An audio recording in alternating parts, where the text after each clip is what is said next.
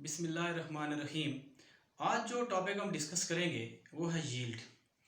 Yield normally किसी भी reaction के दौरान जो अमाउंट ऑफ प्रोडक्ट होती है उसको यील्ड कहते हैं। अमाउंट का मतलब मकदार होता है। जब भी कोई केमिकल रिएक्शन हम करते हैं तो उस रिएक्शन के नतीजे में जो अमाउंट ऑफ प्रोडक्ट होती है उसको हम यील्ड कहते हैं। Amount of product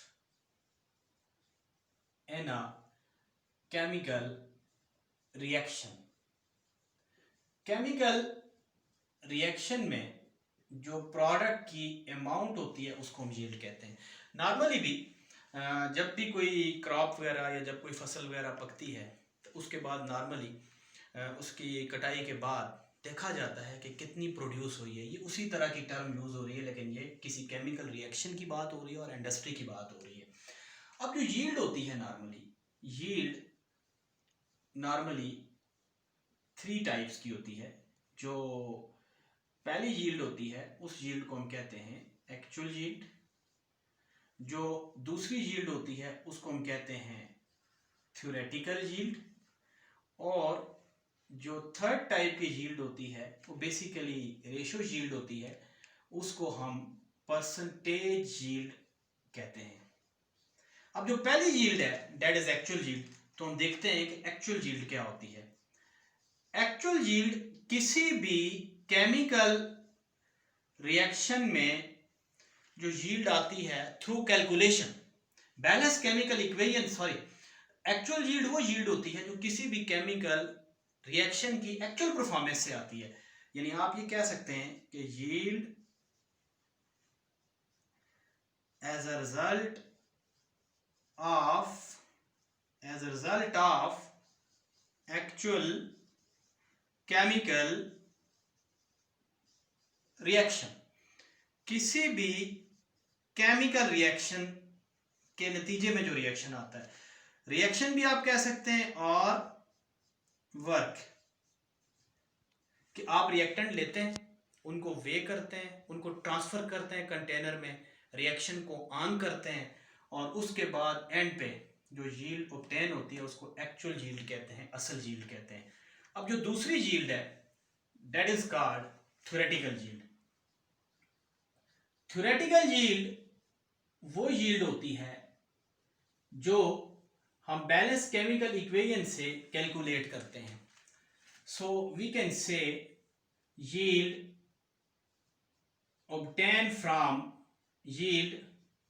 obtained from chemical equation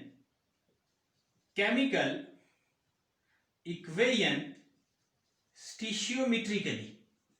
बुनियादी तौर पे थ्योरेटिकल यील्ड रिएक्शन की परफॉर्म यील्ड नहीं होती, so we can also say it is a calculated yield.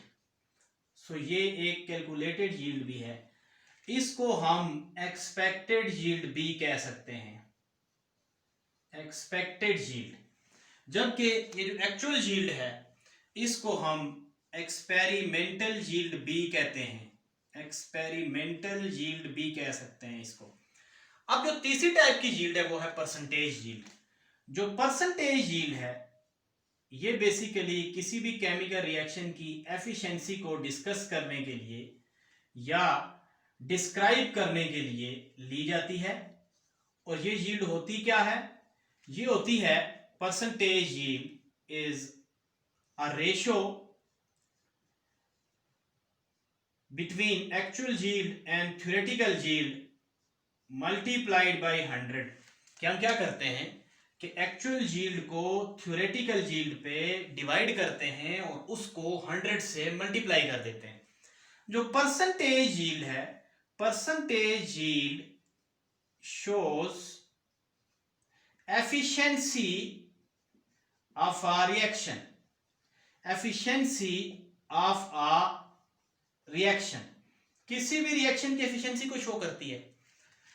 अगर let's suppose if a reaction has 100% yield, 100% yield, so we can say that this reaction is excellent, या इस reaction की जो yield है वो excellent है।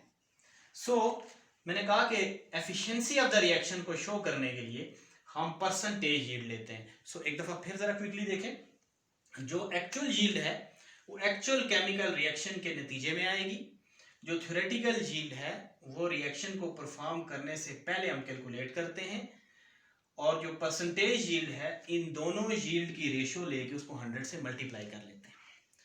अब नॉर्मली क्या होता है, किसी भी रिएक्शन में जो एक्चुअल यील्ड होती है वो थ्योरेटिकल यील्ड से हमेशा कम होती है। तो पेपर में क्वेश्चन आ जाता है, why actual yield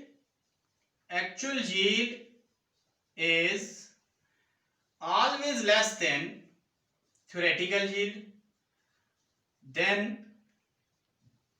theoretical yield।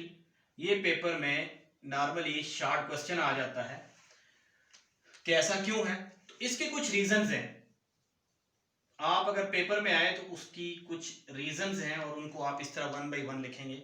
जो इसमें पहली रीजन है वो ये है, पहली रीजन नंबर 1 वो ये है कि कुछ साइड प्रोडक्ट बनते हैं, साइड प्रोडक्ट फॉर्मेशन। कुछ ऐसे प्रोडक्ट्स बनते हैं, प्रोडक्ट्स फॉर्मेशन, जो कि एक्चुअल प्रोडक्ट से या एक्सपेक्टेड प्रोडक्ट से डिफरेंट होते हैं। फॉर एग्जांपल, आप जिंक को रिएक्ट करवाते हैं हाइड्रोक्लोरिक एसिड के साथ, आप बनाना जिंक क्लोराइड चाह रहे हैं लेकिन उसमें साथ हाइड्रोजन भी प्रोड्यूस हो रहा है। सो ये जो हाइड्रोजन है, that hydrogen will be side product. So hydrogen side product होगा तो डेफिनेटली आपके जिंक क्लोराइड की जो यील्ड होगी वो कम आएगी। जो दूसरी बात है इसमें वो ये है, reversibility in the reaction. Sometime आपका रिएक्शन रिवर्सिबल होता है, reversibility in the reaction. Normally this is true for reversible reaction. For example, आप SO2 को ऑक्सीजन के साथ रिएक्ट करवा के ऑक्सीडाइज करके सल्फर ट्राइऑक्साइड गैस बनाना चाह रहे हैं कंटैक्ट प्रोसेस में, तो इसमें आप देखें कि दिस रिएक्शन इज रिवर्सिबल। सो ये जो रिएक्शन होगा ये 50% कंप्लीट होगा, यानी 50% इसका रिएक्शन थोड़ी पूरा कंप्लीट होगा लेकिन जो यील्ड आएगी वो 50% आएगी। नंबर 3 जो है वो है incomplete reaction. Sometime reaction complete नहीं होता, इनकम्प्लीट रिएक्शन, किसी भी स्टेज पे रिएक्शन रुक जाता है या उसके अंदर कोई कंडीशंस उस तरह पूरी नहीं हो पाती, तो उसमें भी आपकी यील्ड कम आएगी। और नंबर 4 पे मैकेनिकल एरर्स। अब ये मैकेनिकल एरर्स क्या चीज है? मैकेनिकल एरर इस तरह है कि कोई एक्सपेरिमेंटल टेक्निक्स में एरर प्रोड्यूस हो जाता है। फॉर एग्जांपल, फिल्ट्रेशन प्रॉपरली नहीं हो सकती, फॉर एग्जांपल क्रिस्टलाइजेशन नहीं हो सकती, इम्प्रॉपरली आप कर रहे होते हैं काम। और सबसे इंपॉर्टेंट चीज इसके अंदर है अनएक्सपीरियंस वर्कर। जो बंदा काम कर रहा है या जो बंदा इवन सुपरवाइज कर रहा है वो अगर अनएक्सपीरियंस है, उसको किसी भी रिएक्शंस की कंडीशंस का नहीं पता, तो ऐसी सूरत में भी आपकी जो यील्ड आएगी उसमें कमी आएगी और परसेंटेज यील्ड भी डेफिनेटली गिरेगी और उससे रिएक्शन की एफिशिएंसी डिक्रीज हो जाएगी। सो ये जो मैकेनिकल एरर्स हैं इनको भी देखना होता है, इनको भी रेक्टिफाई करना होता है। सो हर वो इंडस्ट्री जिसके अंदर जब भी वर्कर चेंज होता है और वो एक्सपीरियंस ना हो तो आपकी बहुत सारी वैल्यूएबल चीज़ें ज़ाया हो जाती हैं। अब एक न्यूमेरिकल के जरिए इसको अंडरस्टैंड करते हैं और देखते हैं कि कैलकुलेट कैसे कर सकते हैं हम किसी भी यील्ड को। फॉर एग्जाम्पल हमें कोई रिएक्शन दिया हुआ है और हमें कहा गया है कि उसकी परसेंटेज यील्ड कैलकुलेट करें। Let's suppose we have this reaction, aluminium को हाइड्रोक्लोरिक एसिड से रिएक्ट करवाते हैं और AlCl3 plus hydrogen gas produce होती है। इसको बैलेंस करते हैं, इसके 2 मोल, इसके 6 मोल, इसके 2 मोल और इसके 3 मोल। अब ये इक्वेशन बैलेंस है। अगर सपोज इसमें कहा गया है, अगर इसमें कहा गया है कि mass of aluminium is 54 grams, अगर एल्यूमिनियम 54 ग्राम दिया हुआ है और mass of हाइड्रोजन जो इसमें प्रोड्यूस हुआ है वो कितना है, वो सपोज 4 ग्राम है। अब ये जो हाइड्रोजन का मैस है ये वो मैस है जो इस रिएक्शन में प्रोड्यूस हुआ है, यानी वो मैस है जो पैदा हुआ है 54 ग्राम। और पूछा गया है कि आप कैलकुलेट करें percentage yield of hydrogen, percentage yield of hydrogen को कैलकुलेट करें। अब हाइड्रोजन की परसेंटेज यील्ड कैलकुलेट करनी है तो उसके लिए हमें असल यील्ड दी होनी चाहिए। एक चीज का याद रखिएगा कि पेपर में जब भी परसेंटेज यील्ड पूछी जाएगी, एक्चुअल यील्ड दी होगी, जरूरी नहीं है कि पेपर के अंदर क्वेश्चन की स्टेटमेंट में ये कहा जाए कि ये एक्चुअल यील्ड है। यहाँ पे जिस प्रोडक्ट के मुतालिक पूछा जाएगा कि उसकी परसेंटेज यील्ड मालूम करें, उसका मैथ दिया जाएगा। फॉर एग्जांपल आप देखें कि आपके ये जो हाइड्रोजन है, इस हाइड्रोजन का 4 ग्राम मैथ दिया हुआ है। सो ये जो 4 ग्राम है, ये 4 ग्राम उसकी एक्चुअल यील्ड है। So this is actual yield of hydrogen. तो अब हम क्या करेंगे, अब हम इस न्यूमेरिकल को सॉल्व करेंगे।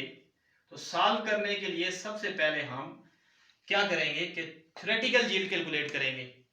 थ्योरेटिकल यील्ड कैलकुलेट करने के लिए हमने बैलेंस केमिकल इक्वेशन को ले लेना है। अब थ्योरेटिकल यील्ड में हमें एल्यूमिनियम 54 ग्राम दिया हुआ है, तो हम क्या करेंगे, पहले मोल्स फाइंड आउट करेंगे, मोल्स ऑफ एल्यूमिनियम।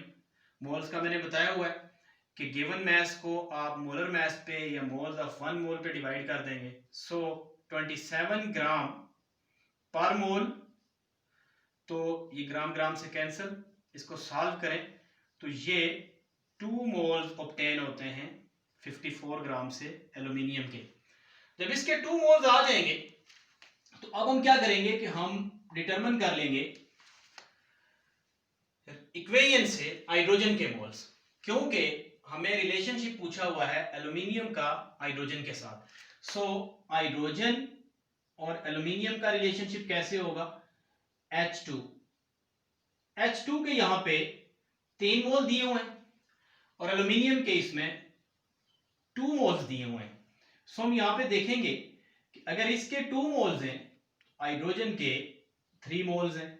अगर इसका 1 मोल हो तो इसके होंगे 3/2। अब ये कन्वर्जन फैक्टर है, क्योंकि हमारी रिक्वायर्ड जो मोल्स हमारे हैं वो हाइड्रोजन के हैं। तो मैंने आपको उस दिन बताया था कि जिसको जो रिक्वायर्ड होगा उसके साथ आप कन्वर्जन फैक्टर से मल्टीप्लाई करेंगे। सो जो गिवन है वो 2 मोल है 54 से, तो हम क्या करेंगे कि 2 मोल से कितने आएंगे, सो 2 मल्टीप्लाइड बाय कन्वर्जन फैक्टर, और इसमें जो कन्वर्जन फैक्टर है वो 3 है। तो अब क्या करेंगे, 3 को 2 से मल्टीप्लाई करेंगे, ये 2 के साथ कैंसिल हो जाएगा। तो हमारे पास जो मोल्स हाइड्रोजन के ऑब्टेन हो रहे हैं वो 3 मोल्स हो रहे हैं।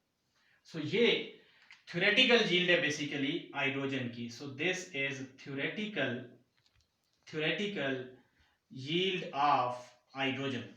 जब आपको थ्योरेटिकल यील्ड मिल जाती है तो थ्योरेटिकल यील्ड से आप क्या करते हैं कि आप एक्चुअल यील्ड फाइंड आउट करते हैं, sorry percentage yield find out करते हैं।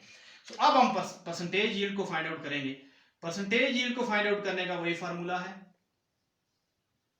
Actual yield divided by theoretical yield multiplied by 100। अब एक्चुअल यील्ड कितनी दी हुई है, तो एक्चुअल यील्ड अभी मैंने बताया ये 4 ग्राम दी हुई है। This 4 gram is the actual yield. So क्या होगा, 4 ग्राम डिवाइडेड बाय, सॉरी इसको पहले हम ग्राम्स में भी चेंज कर लेंगे। तो हमारे पास 3 मोल्स आ गए हैं, 3 मोल्स आ गए हैं तो हम 3 को मल्टीप्लाई कर देंगे हाइड्रोजन के 2 से, तो हाइड्रोजन का मैस आ जाएगा 6 ग्राम। सो हाइड्रोजन का मैस कितना आ गया, 6 ग्राम आ गया। सो ये 4 ग्राम, इसको हम डिवाइड कर देंगे 6 ग्राम पे, और इसको मल्टीप्लाई कर देंगे 100 से, ग्राम ग्राम के साथ कैंसिल, आप इसको कैलकुलेट करेंगे तो तकरीबन 66.66% या ऑलमोस्ट 67% इसकी यील्ड आ रही है। सो क्विकली मैं इसको रिपीट कर देता हूँ कि एल्यूमिनियम को HCl के साथ रिएक्ट करवा रहे हैं, एल्यूमिनियम क्लोराइड और हाइड्रोजन ऑब्टेन हो रही है। एल्यूमिनियम इसमें 54 ग्राम दिया हुआ है और एक्चुअल यील्ड इसमें हाइड्रोजन की 4 ग्राम दी हुई है। पहले हम क्या करेंगे, थ्योरेटिकल यील्ड फाइंड आउट करेंगे। थ्योरेटिकल यील्ड फाइंड आउट करने के लिए हम एल्यूमिनियम के मोल्स निकालेंगे।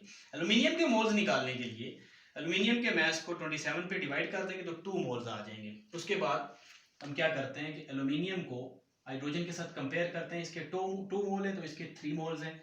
इसका अगर 1 मोल होगा तो इसका 3/2 होगा, और जब इसके 2 मोल होंगे तो 2 को 2 से मल्टीप्लाई कर देंगे। सो जो हमारे पास इसकी एक्चुअल यील्ड ऑब्टेन होगी उसके लिए हमने चूंकि हाइड्रोजन का ग्राम लिया हुआ है मास, तो हम इसको भी ग्राम में चेंज कर देंगे। सो इसके 3 मोल्स आए हाइड्रोजन के, तो 3 मोल को हाइड्रोजन के मोलर मास से मल्टीप्लाई कर देंगे तो हाइड्रोजन का मास आ जाएगा ग्राम में, जो उसकी थ्योरेटिकल यील्ड हो जाएगी। तो एक्चुअल यील्ड को थ्योरेटिकल यील्ड पे डिवाइड करेंगे। सो हाइड्रोजन की जो एक्चुअल यील्ड है वो 4 ग्राम है, थ्योरेटिकल यील्ड 6 ग्राम है, तो 66.66% है।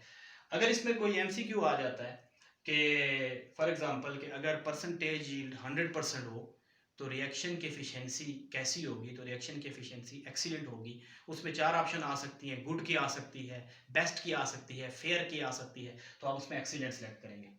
Thank you so much.